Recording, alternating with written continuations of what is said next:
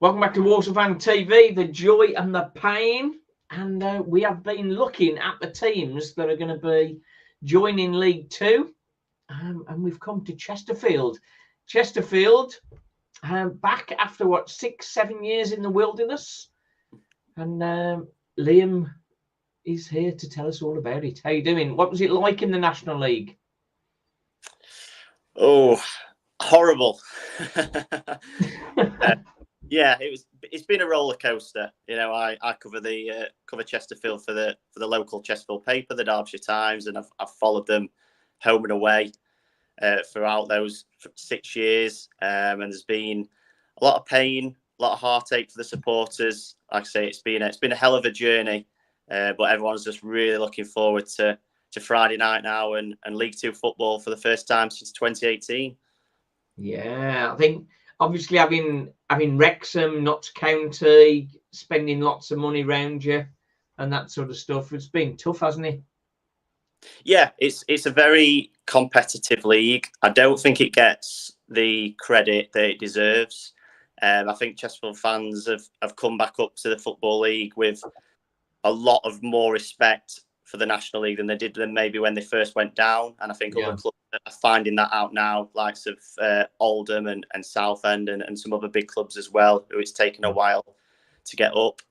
There's some. It is a great league though. It's very entertaining. There's some fantastic clubs. A lot of those are run by volunteers. But it is a league on the up. There's some, like I said, it's getting a lot of big attendances. We've seen a lot of players drop down from the Football League to go back down into the National League. And it is a professional league now. There are only one or two part-time teams down there. So it definitely deserves more respect. There are a lot of young coaches and managers as well down there who are on the up. I think if I was the owner of a football club in the Football League, I think I would be picking my next manager from that division, because there are some really talented coaches and a lot of good players as well. They're all very well coached. It's definitely a league which is on the up. It's a very good preparation for going into League Two. I did speak with Stephen Cleeve, who's the King's Lynn chairman, and he was talking about the money that's been spent in the National League. Like the budgets in the National League are way above a lot of the League Two budgets. So with you guys coming into League Two now, financially, I think you're sort of up there with the top half of the league, definitely. Yeah, I think Chesterfield are sort of keeping their cards close to the chest, if you like, in terms of what their actual budget is, but it is competitive and it will be in the top bit of the league. Maybe it won't be the highest, but it will be towards that end of the table. Chesterfield have got some players who really shouldn't have been playing in the National League last season. Players who only really came to the club because of Paul Cook, because he played under him before, likes of Will Grigg and Tom Naylor. Will Grigg had never even played in League Two before, never mind the National League. So League Two is going to be a new experience for someone like Will Grigg as well. Have you been with us singing about Will Grigg's on fire? Oh yes, yeah. Well, it's 25 goals last season, so they had plenty of opportunity. It probably would have been more had he not suffered a little injury towards the end as well. So I'm sure he's looking forward to it. But yeah, they've got plenty of players who shouldn't have been playing at that level. Like I said, would never have really come to Chesterfield had it not been for the lure of playing under someone like Paul Cook again. Yeah, Paul Cook. Yeah, he's quite a manager, isn't he? He's done a good job, hasn't he? Yeah, he's an underrated manager for me. Obviously this is his second spell at Chesterfield now. He's won league titles at Chesterfield before, at Portsmouth, at Wigan. He didn't get as much time as he would have liked at Ipswich. I think he underwent a bit of an overhaul of their squad, and then he got 20 games of the following season, which he felt he should have got longer. But I know that a lot of the players that they've got promoted with to the Premier League were his signings as well. So he's definitely got an eye for a player. And he's the first ever Chesterfield manager to win 2 league titles as well. And yeah, I think that's probably where the optimism comes from this season is that he's won this league twice before, once with Chesterfield and once with Portsmouth. So he knows exactly what it's about. He's not been in it for a few years, but I don't think it'll take him too long to get to grips with it. I don't think he will at all. When Walsall got relegated from League One, we dropped down to League Two and thought, oh, this will be okay. This will be a walk in the park. We'll get back again. But every season becomes harder and harder. And Chesterfield have got a possibility. Obviously, the winning mentality is massive. And as you say, having a player like Will Grigg, games are quite often tight, and it's having that firepower that sort of just gets you over the line sometimes, isn't it? Yeah, no, definitely. I think, Chesterfield are coming up with a lot of momentum. They're a very aligned club. Everyone's going pulling in the same direction, on and off the pitch. They've got some really good owners in charge who are fans themselves. A manager who's got a connection with the supporters, and they have a clear identity, the way that they're playing. The fans are really excited about being back in League Two. Obviously, teams who come up from the National League tend to do well. Some have gone up again, have held their own in mid-table or got in the playoffs. So I think it's been quite a while since the team's gone straight back down again. So I think there's plenty to be optimistic about. Like I said, they've got a nice mix of players in terms of youth and experience. They've got some assets on the pitch as well. Players who should be playing at a higher level. I know the bookies have got them down as the sort of the favourites, which I think they're a little bit surprised at that. But and I'm a little bit surprised as well that it's not changed in the last sort of month or so with the signings that some of the other clubs have made. But yeah, I certainly expect them to have a successful season, and I do think they will be up there. Yeah, Gabriel Sutton's got you at 6th, which would be a very good season for you. I bet you'd be overjoyed with 6th, wouldn't you? I think first season back in the league.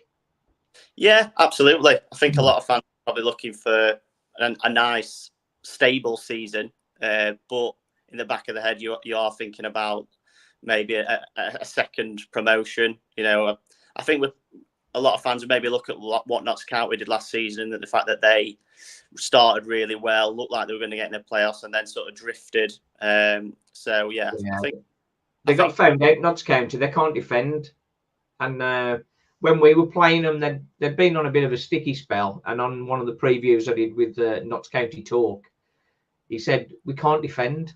If you sit back against us, we'll absolutely destroy you. But if you attack us, we can't defend.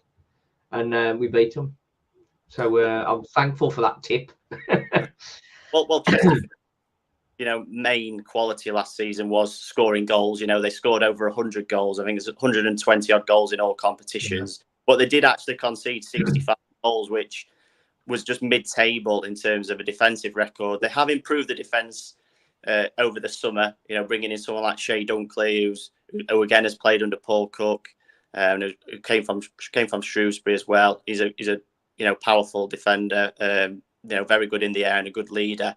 And I think we're all expecting Chesterfield, that the word is that they're not going to play quite as open as they did last season. Yeah. Last season was just all about if you score 4, we'll score 5. Whereas I think this season they'll probably just taper that back a little bit and look to see games out more than being so open. But make no mistake about Chesterfield will come and have a go. They're I like to say sort of a possession-based attacking team. Fullbacks will be bombing on. Lots of rotation in midfield. Crosses into the box. They'll press high. They'll play it out from the back, but not necessarily for the sake of it. It's patience with a purpose, as they like to say. So yeah, they'll come and have a go for every game. They did last season in games against higher teams in the FA Cup, Portsmouth, Leyton Orient, and Watford. So yeah, they'll be here to anyone. Yeah, it's going to be a roller coaster, I think. But I think, as we said, Notts County sort of got caught out. As you say, Paul Cook said they know they can't go gung ho. Perhaps learning from what happened with Notts County. So in League Two, games can often be very tight, and fighting for the right to play is probably the first challenge. But National League, I don't suppose National League's very pretty in that respect. It's quite sort of physical. Well, it is and it isn't. It's probably not as physical as what people think it is or what it used to be. You know, it's certainly not sort of long ball or anything like that anymore. Teams do like to play. They like to try and get it down. As I say, there's a lot of good young talented coaches who want to play that way because they know that that's the way that they're going to get themselves noticed. You know, playing it out from the back, and you know, we're seeing golfers, aren't we, in non-league? You know, having to be good with their feet now, and it's all sort of come down from Pep Guardiola and Manchester City, hasn't it? So yeah, that's sort of filtered down into the lower leagues is sort of my view on it. But yeah, I think Chesterfield will probably have had a look at what Notts County did last season, and that's why they have improved defensively. And like I say, I do think they won't be quite as gung ho. They only lost one at home all season. That was after they'd already won the title. So I expect them to go full throttle at home, but maybe away from home they might show teams a little cautious. Yeah. Well, that's you got me worried, Liam. That's another team we got to worry about. I think with players like Andy Cook, he's a player that you need to watch out for. He plays for Bradford. He used to play for Walsall, but he's an absolute bully and an absolute beast. He always seems to find his way along. He's carrying a bit of weight now. He's getting on a bit, but that's the kind of player that you got to watch out for in League Two. The spoilers, as it were. But I mean, there's probably plenty of that in National League as well, I'd guess. Yeah, you have to overcome all sorts of obstacles and speed bumps, don't you, to win promotion. Yeah. And like I said, Chesterfield have got a handful of players who have played higher.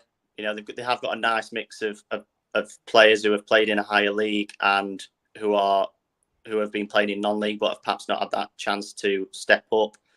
So they have got a really nice balance. And like I said, they've got a manager in Paul Cook who knows this division. Got a great backroom staff as well. You know, Gary Roberts, you know, he's been around the Football League as a player. They've also got Kieran Dyer on the staff, which people might not know. That's the Newcastle guy, yeah? Yeah, former Newcastle and England midfielder. You know, he's been on. He works with Paul Cook at Ipswich, and he sort of made the journey across. You know, you don't sort of see him as much, perhaps on the TV, but yeah, he's also there. And in pre-season, he's sort of been taking a watching brief from up in the stand as well, just to give them a different perspective of game. Yeah, that's someone who you might see as well knocking around. Seems like you're well prepared. The stadium, that's quite a big stadium as well, isn't it? Yeah, 10,000. It's a record amount of season tickets this year as well. You know, they were getting more attendance, bigger attendances last season in the National League than when they were last in League One, which just shows the sort of feeling that the fans have got towards the club, the players. You know, I think for Friday night we're expecting a crowd of around 9,000, and like I say, it's a 10,000 all-seater stadium. They used to give away fans the stand behind the net, but now they've moved them onto the side because Chesterfield have sold season your home allocation, yeah. Sold season tickets behind both nets, which is also an advantage. You know, let's face it, if you're shooting towards a goal with fans behind both nets, you know, you'd have to think that that's going to give you a boost as a player. Yeah, so it'd be an atmosphere. They've invested in the stadium as well as a new PA system, some smart blue AstroTurf around the pitch. They've got some new championship floodlights. So I think there might be a bit of a light show on Friday in front of the Sky. It's all set for a great occasion. Everyone's just really looking forward to it. Yeah, it sounds very good.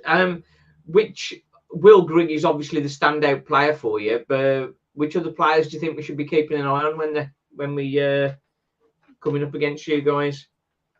Well, last season's player of the year was Tom Naylor. You know, Chesterfield signed him last summer, and he'd just been playing the championship with Wigan. You know, an experienced. He came in as a holding midfielder, and he ended up getting 14 goals from midfield. So, yeah, he didn't quite end up being that sort of holding midfielder that everyone expected him to. They sort of let him shackles off, but he has actually dropped back into centre back in pre-season just because they have got an injury to captain Jamie Grimes. So you might see a partnership of Tom Naylor and Shay Dunkley, which could probably be a League One centre back. Yeah, Shay Dunkley. That's obviously quality in there as well, isn't he?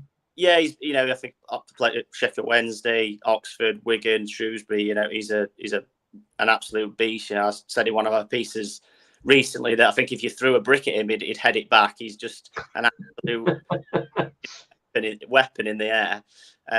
Perhaps a player who Walsall fans might not be quite so familiar with is Armando Dobra. He plays wide left. He'll probably 10 on Friday night again because of injuries. But yeah, he's a tricky little player. He's a special player. He rises to the occasion. He's hard to nail down. He's a good dribbler. He's a bit feisty. Probably be a bit of pushing and shoving as well. He likes to get involved in that. But yeah, he's a player who again was with Paul Cook at Ipswich, and he's brought him along and he's developed him. He's a special talent, and he's going to go higher as well, hopefully with Chesterfield. Yeah. But yeah, they've got so much attacking talent in those. They play a 4-2-3-1 formation. Lots of attacking talent in those three attacking positions. And like I say, last season with someone like Tom Naylor, who was supposed to be a holding midfielder, which we are sort of expecting the two in midfield to actually be a two in midfield and to sit and hold and give a bit of protection to the back four and just let the front three and Will Grigg do the business up front. Like I say, it might not quite work out like that because they do like to go gung ho, but yeah, I think that is probably what they are. We'll score one more than you. That's the anthem, isn't it? That's Liam, that's thoroughly depressed me. Thank you for that. We've Walsall struggling for strikers at the minute. We've sort of, I think, keepers, defence, midfield, I'm sort of fairly comfortable with, but it's up front. We're short of cover up front, so they're desperately trying to get strikers in. Who's the backup for Will Grigg for you guys if he gets injured? He's probably a striker. He has been around. I think he's had about 20 different clubs, but again, he's just someone who's really come along in leaps and bounds in the last sort of few years. Joe Quigley, he got 10 goals last season. So someone who arrived at the club from Yeovil a couple of years ago and took a while to sort of get going, and he got a bit of criticism from the fans, but he's really worked hard to win them over. He's almost a bit of a fan favourite now. He really has worked hard, and people really do like him. And again, I think that's just Paul Cook having that trust in him as well. Other players, Liam Mandeville, he's played in the Football League with Doncaster Rovers, a really hard-working player, but lots of quality there as well. Ryan Colclough, he's played there as well. So again, like I said, just sprinkles of Football League experience everywhere. Left back Lewis Gordon, they signed him from Bristol Rovers this summer. The goalkeeper position's an interesting one in that they had Harry Tyre on loan from Everton last season. He got 12 clean sheets, but they haven't managed to be able to get him back just yet. That's sort of on hold until Jordan Pickford, returns from his summer break after obviously playing for England in the Euros. So last season's number 2, Ryan Boot, has done excellent in pre-season. Really sort of grasped his opportunity. He'll start the season in goal. And they've also just added an exciting right back from Fulham. He's only 20 years old, but he's already got a cap for Colombia. So the first ever Colombian to play for Chesterfield. I'm not sure if he'll come straight in, because I think he'll have only had a few training sessions. Yeah, I think I saw that. Tunama or Tunana or something. Tanton, I think it is. Tanton. I was close. I think. Can honestly say I've not seen him play, but from what I've read about him, it seems like he's got a real pedigree. Made his Fulham debut, first team debut last season, as well as getting his first Colombia cap. So I don't think you get that if at the age of 20, if you've not got something about you. Really attacking right wing back by the sounds of it. So another good option to have going forward. Plenty of confidence going into the season. Then, plenty of confidence going into the season. Yeah, like I said, they've got momentum. The club, everyone's pulling in the same direction. It's a really aligned club. you've got when you look down at the touchline and you see Paul Cook there, that just gives you belief in itself. And then you look on that helps, doesn't it? Yeah. You've got a full 11 there and players, full 11 who you trust, and then you've also got a lot of impact players as well. So you're looking at the bench and you're not really struggling for options. It'll be big attendances. I think they're just going to have a right go. Even though they're going to be definitely one of the big teams of the division from day one. I think. Big crowd, and that sort of stuff as well. Yeah, I think a lot of visiting fans will enjoy coming back to the SMH. They won't have been there obviously for at least 6 years and maybe longer for some of us. And Chesterfield have got a strong away following as well. They really, packed out those away grounds last season. So I think everyone's got the bug a little bit. They've got the buzz. Looking forward to it. Right then, Liam, it's been excellent to get an update on what's going on with Chesterfield. I'm nervous now when we're going to play you guys, but good luck for the season, and thanks very much for coming and joining us on Walsall Fan TV. Best No of luck, problem. Thanks a lot. We'll have a catch up when the two